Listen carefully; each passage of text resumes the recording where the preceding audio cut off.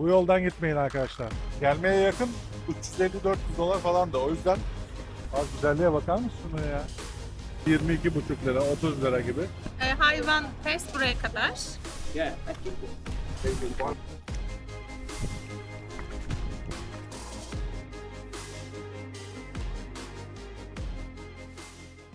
Jason. Selamlar herkese. Neler çekiyorsun? Bugün Ters ışık o yüzden.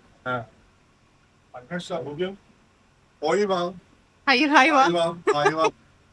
hayvan feste gideceğiz. Bir tane böyle bir yol. Gitmemize değecek mi bilmiyorum hiç ama güzel gözüküyor. Böyle patikaların virajların olduğu manzaralı bir yol. Herhalde bir saat sürecek. Ama önce Önce yemek yemeye gideceğiz.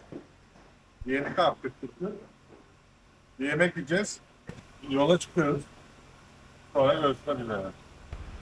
Şimdi otelimizden çıktık. Yola başlıyoruz. Biz bu arada Dağın merkezde kalıyoruz bayağı böyle şu tarafı gösterirsen. Hemen şurası binaları görüyorsunuz. Onun arka tarafı hemen sahil. Yani 5 dakika yürüme mesafesinde kaldığımız yer. Biz önceden tuttuk burayı, oteli. Bayağı iyi bir otel. Lokasyon da çok iyi. Şaka gibi ama yani 5.000 lira 15 günlüğü 5.000 liraya tuttuk biz. Yani yaklaşık 400 lira gibi falan günlüğü. Normalde kahvaltı dahil şeyi de varmış. Biz normalini tutmuşuz.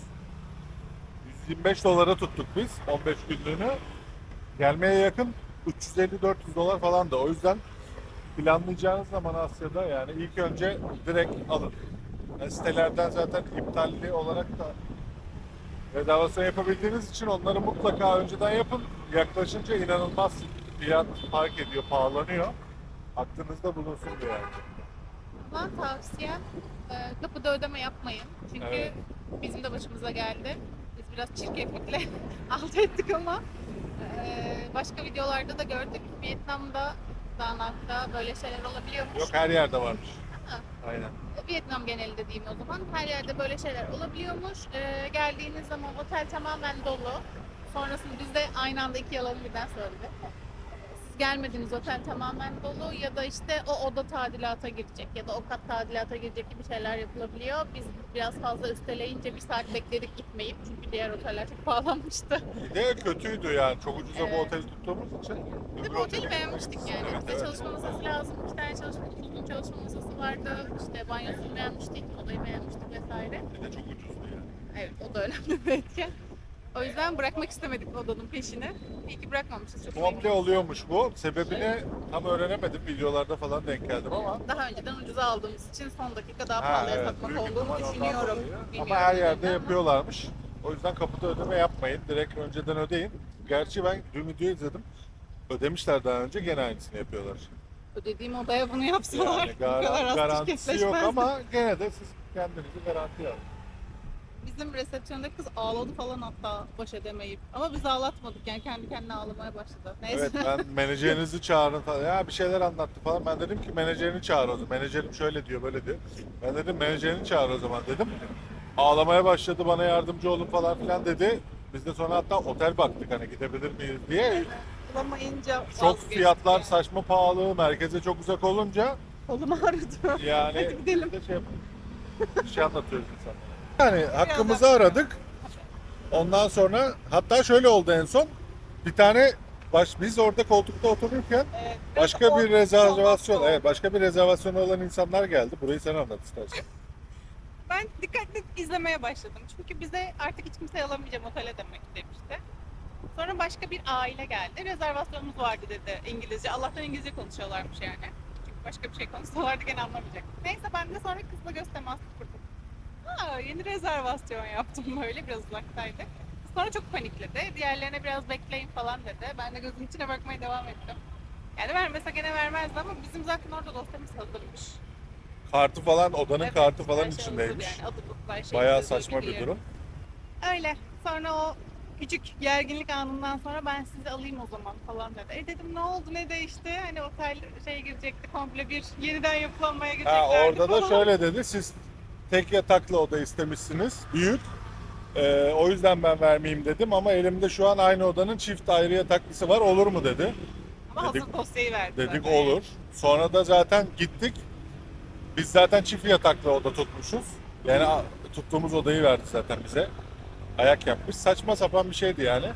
O yüzden siz yaşamayın diye anlatmak istedim bunları. Oluyor böyle şeyler.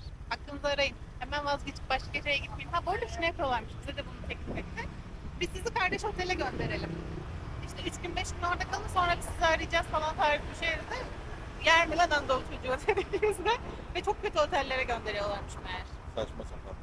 O diğer insanların başına gelen şeylerde çok kötü otellerde kalmak zorunda kalmışlar ve aynı paraya kalıyorlar. O yüzden haberiniz olsun, böyle şeyler olabiliyor. Şimdi yemek yemeye gidiyoruz. Artık hadi, bay bay. Hadi görüşmek üzere.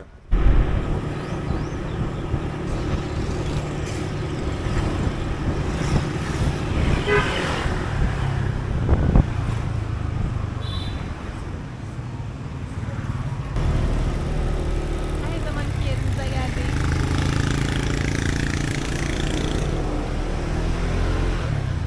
Her zamanki yerimiz derken şu kadar her zamanki yerimiz. Burası bizim çok geldiğimiz bir yer. Bayağı geldik yani. Çok uygun fiyatta zaten, şimdi birazdan gösteririz. Beni tanıyan insanlar bunu bilir. Ben bir tavuk gurmesi olarak, tavuk burger gurmesi olarak. Yani buranın bir tavuk burgeri var. Yani İstanbul'da sokakta yediğim, yani belki hepsinden iyi diyebilirim. İnanılmaz, her gün geliyorum neredeyse. Zaman buldukça yani denk getirdikçe ve 80 TL. 100 gram tavuğu var, bayağı kocaman. Ben bir taneyle doymuyorum ama normal biri doyar yani. 80 TL muhteşem bir şeyi var. Lezzeti inanılmaz yani. Genel olarak gerçi her şey çok iyi. Çok ucuz. Bayağı bambiler 25 lira, 30 lira falan. Sosisli sandviç 30 lira. Zaten birazdan göstereceğiz size. Şimdi siparişler geldi. Şöyle göstereyim bir. Sucam yumurtalı olanını yiyor. Böyle bir içeriği var. Tam çıkmamış şu. Arkadaşlar burada bir kişniş kişniş diye lanet bir şey var, taze olanı. Normal baharatı biz kullanıyorduk ama taze olanı yani inanılmaz kötü diyeyim, yani ne diyeyim. Yani bu kadar güzel olan bir şeyi bu kadar yenilmez hale getiren bir şey. Bence hiç denemeyin gelirseniz genel olarak. Şu benim söylediğim sandviç olan sosisli bammi. Bunların özel. Bu da sosisli sandviç. Hepsi çok güzel burada bu arada, dediğim gibi tavuk burgerden anlatmışsın zaten. Şu sandviç olan 15.000 dong. Şu 20.000 dong. Yani 1,5'la çarpayı 22,5 lira, 30 lira gibi. Yumurtalı olan da 28 liraya falan geliyor. Çok acayip ucuz ve çok lezzetli yemekleri var genel olarak. Sokak yemekleri. Şimdilik böyle. Afiyet olsun bize. Motorla seyahat etmeniz için komple inşaat hazırlıyorlar şu an.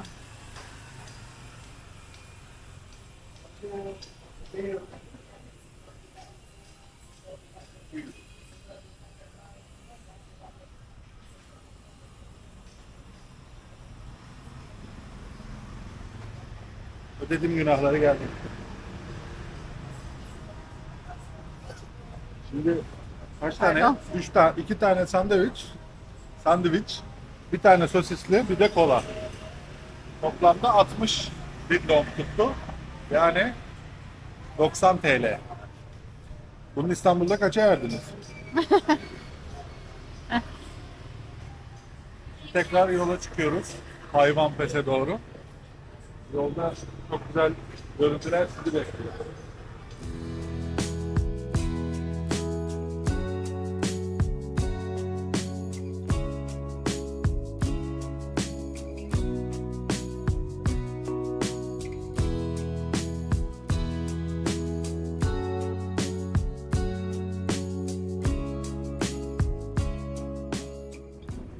Görüyor musunuz? Evet arkadaşlar, bayağı böyle bir yol geldik. Hayvan Pes tepesine doğru. Tepe mi artık, geçit mi neyse. Böyle bir manzara var. Bütün şehir, komple her yer gözüküyor. Çekiyor musunuz zaten Tabii. orayı? Tabii. Ha, okey. Ben yukarıda olduğu için kamera göremedim. Dağnak'tan Hu'ya ya da Fuye'ye giden yol burası aslında. Böyle bir özel geçidin adı. Hayvan Pes. Şurada görebilirsiniz. Hayvanın yazılışını. Hayvan Bey yazıyor.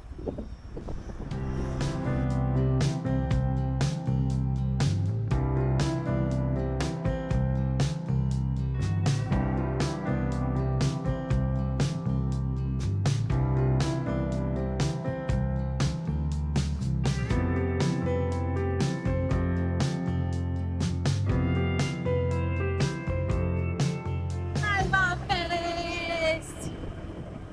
Hayvan kuamba. İngilizce böyle. In the clouds. Çok güzel. Ha, burası. Ha, tabii işte.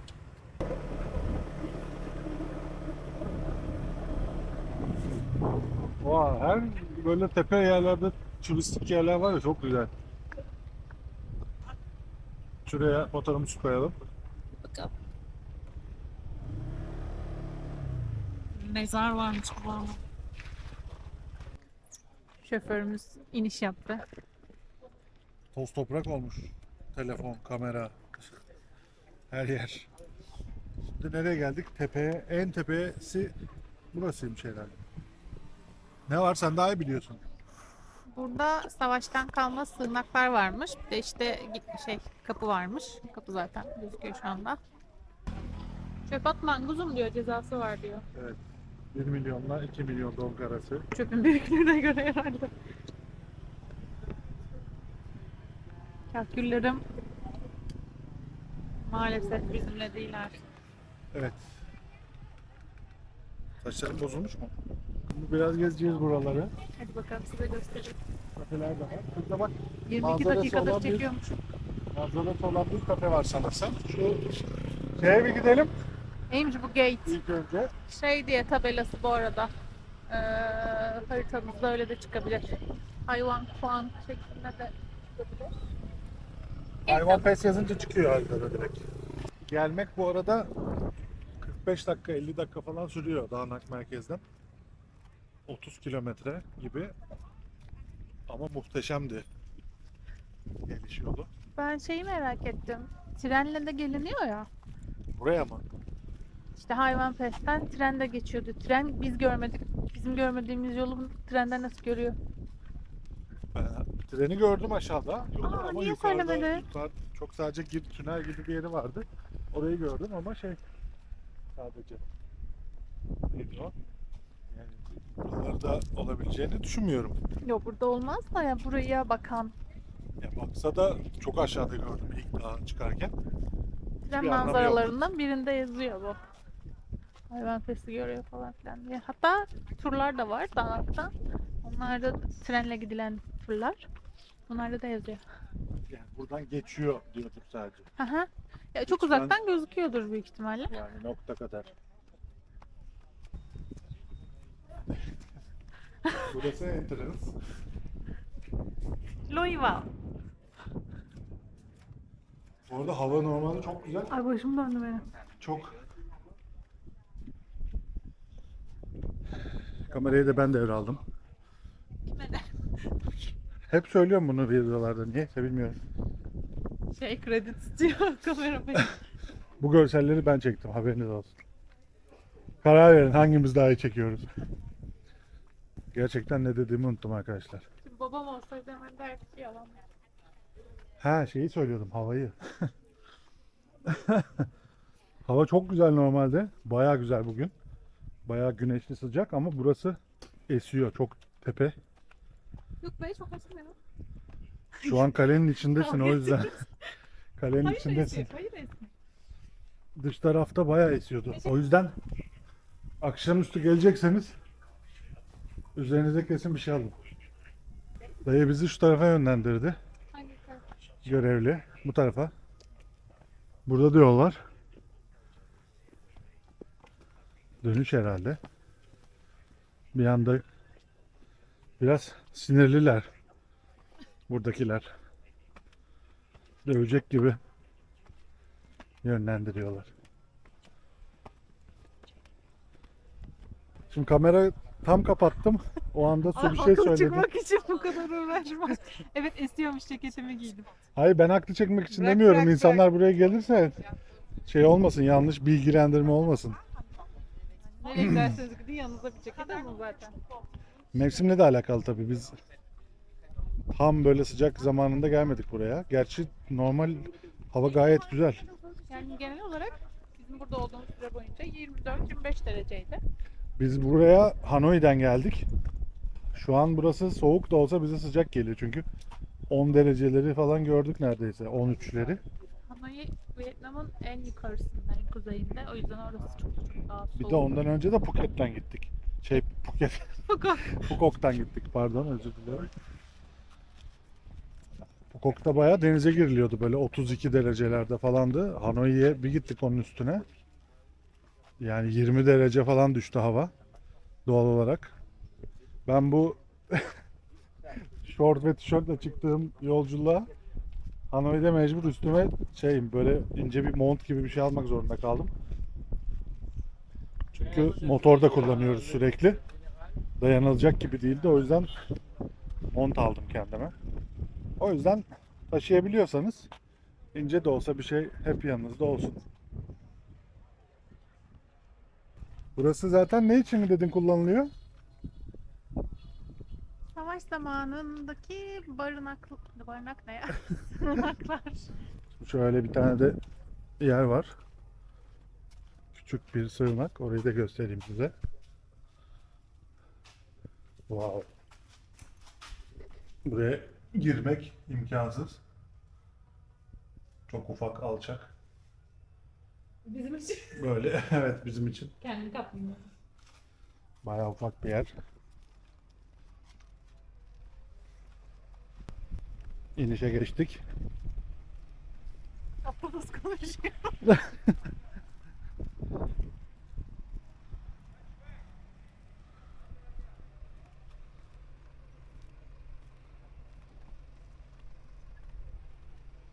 Burada köpekler var. Şöyle köpekler var. Bu arada genel olarak Asya'da bütün köpeklerin boyu en büyük bir sınır var. Yani onun üzerine çıkan böyle bir iki tane falan görmüşüzdür. Hepsi aynı ebatlarda böyle. Çok enteresan. Şöyle. Çok tatlı yürüyor. Sadece sokak olmuş da o köpek. Teşekkür ederiz amcacığım. Girdik. Sağ olsun. Hayret. Terslemediler. Terslemeden. Gelin gelin dedim. Şuraya mı çıkmadık? Bakalım.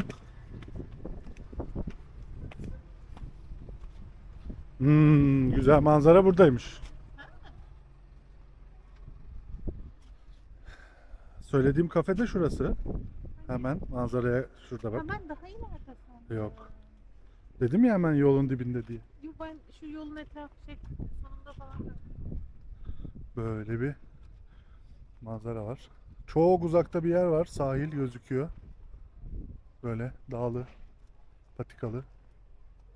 Çok güzel. Taraf da güzel. En azından inşaat yok. Evet.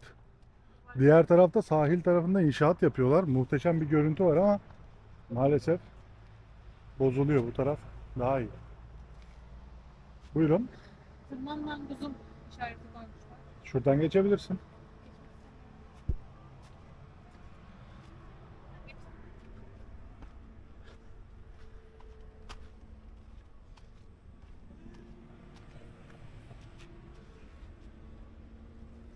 İşte görüyorsunuz.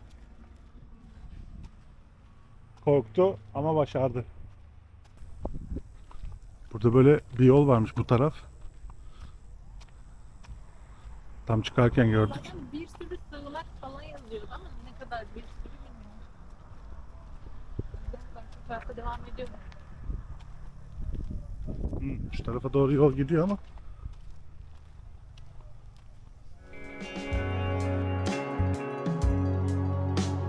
Bu da bu kadarmış. Güzel. Tekrar aynı yere mi çıkacağız? Yolu girişten çıkacağız işte. Buradan çıkılabiliyor mu? Ne yapacağız başka? Bakalım deneyelim. Bakalım amca bizi övecek. Hello. Yeah, I keep it. Thank you. Bye. Motorumuzun yanına geldik. Aslında Hayvan Pass buraya kadar. Bundan sonrası Hugh'a giden ya da Kue'ye giden yol devam etmek isterseniz işte bir 3 saat falan galiba Dağnak'tan. Buradan 1 saat, 1,5 saat buradan. Tamam işte Dağnak'tan diye Ha, söyledim. Dağnak'tan. Biz devam etmeyeceğiz aslında Hugh'a kadar ama şuradaki yolun devamını da görmek istedik. Çünkü Ceyhun orada güzel bir sahil gördü. Sahil var, evet. Yani yolun hem dağın çıkışı zaten çok güzeldi. Şimdi inişi de güzeldir ve o indiğimiz yerin sonunda bir yer var. Çok güzel gözüküyor. Orayı da görelim dedik gelmişken. Oradan indikten sonra tekrar buraya çıkmadan galiba merkeze gene gidebiliyorsun. O yüzden orayı da görelim dedik. Şimdi o gidelim tarafa o doğru gideceğiz. Evet.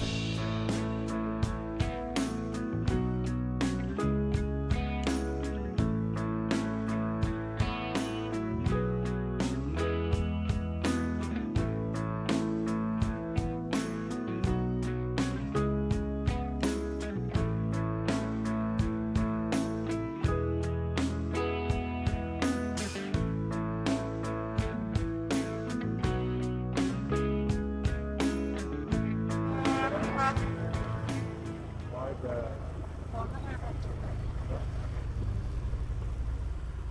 Vay arkadaş. Aha.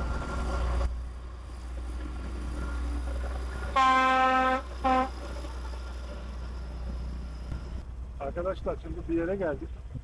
Bir yer. Yok biliyor musunuz diyorum. Ha. Abi güzelliğe bakar mısın şuna ya? Gitmeyeceğiz dedik ama Hugh'a doğru gidiyoruz. Hugh'a gitmiyoruz. Buraya gitmiyoruz. Burayı bayağı uzak. Burası böyle bir köprüleri falan fotoğraf videolarını görmüştüm. Bir uğrayalım dedik. Muhteşem. Plaj, sahil, ada gibi şurası. Bir yere bağlanıyor mu? Ada mı gerçekten orası bağlantılı? Bu tarafta da çok güzel yerler var. Bakalım devam edelim.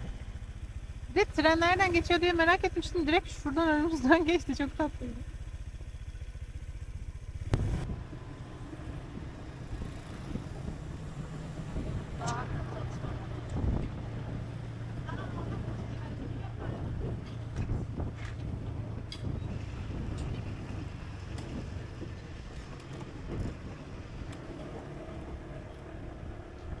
Trenin de nereden gittiğini görmüş olduk.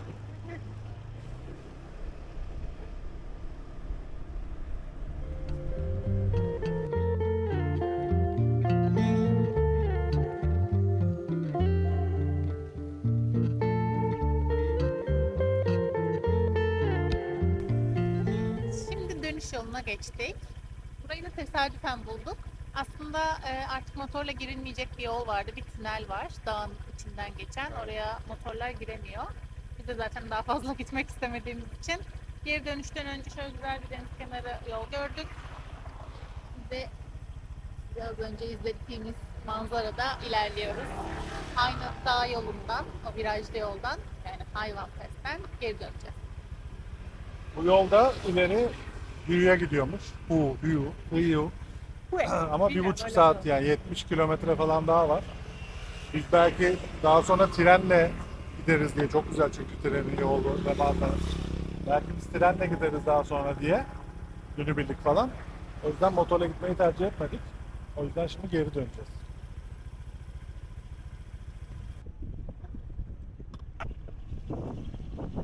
Giriliyormuş. Sokarım ayaklarımdan hiç acıma. Meğer burası sığymış. Şimdi böyle bir yere geldik. Size de göstermek istedik. Normalde durmayacaktık da dönüş yolunda demin konuştuğumuz yerde dönüş yolunda bir yere denk geldik de biz buraya böyle uçurum gibi, uçurum değil de Derin deniz ya. kenarı derin bir yer zannediyorduk. Bayağı oturma yeri gibi merdivenle böyle bayağı. Ya buradan fıtı fıtı girilir denize. Hadi. Hadi.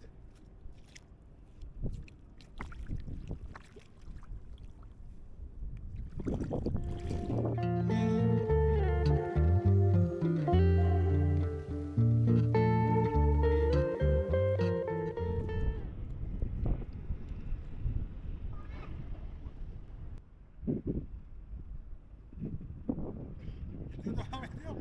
Evet.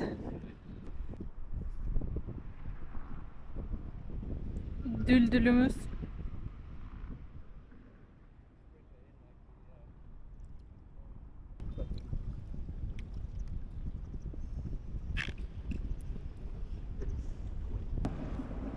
Kaskımı çıkarmamışım.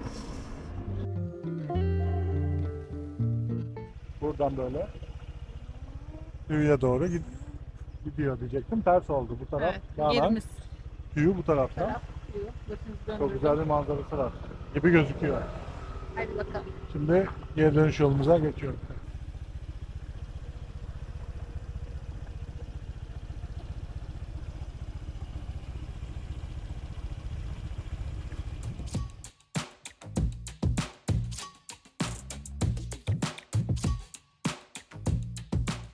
Giderken gezdiğimiz küçük kapı diyeyim. Oraya tekrar geldik. Şimdi bu yoldan döneceğiz. Ablalar asla peşimizi bırakmıyor. İlla bir şey satacaklar. Bu arada gündüzde konuşmuştuk ya. Akşam üstüne kaldık şu an. Saat 5'i geçiyor, 5 çeyrek geçiyor. Dönerken inanılmaz serinledi hava. Buz gibi. Gündüz dediğim gibi üstünüze mutlaka bir şey alın. Bu saatlerde özellikle gelecekseniz. Bayağı, Bir baba gibi. evet, Yavrum bayağı. üstünüze bir şey Çünkü giyin. bayağı soğuk oldu. Ona göre şöyle gidiyoruz. Bayağı soğuk oldu bu arada. Hani kot ceket giydim. Ben okeyim. Ben Çünkü tişörtlü giyilir olduğum yani. için okey değilim. Her zaman tişörtlü olduğu için. Tişört. Yolda böyle bir yolla karşılaştık. Bayağı bir de hazır yani demiri memiri. Yapılacaktı, vaz mı geçildi? Yani. Gerek yok yani. Yok. Bu yoldan gitmeyin arkadaşlar. Gidin lan. Gelirseniz buradan gitmeyin.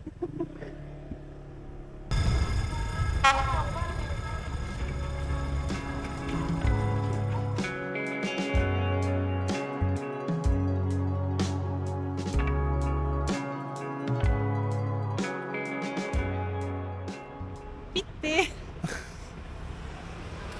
Bugünkü gezimizin sonuna geldik. Bayağı yorucu bir gündü.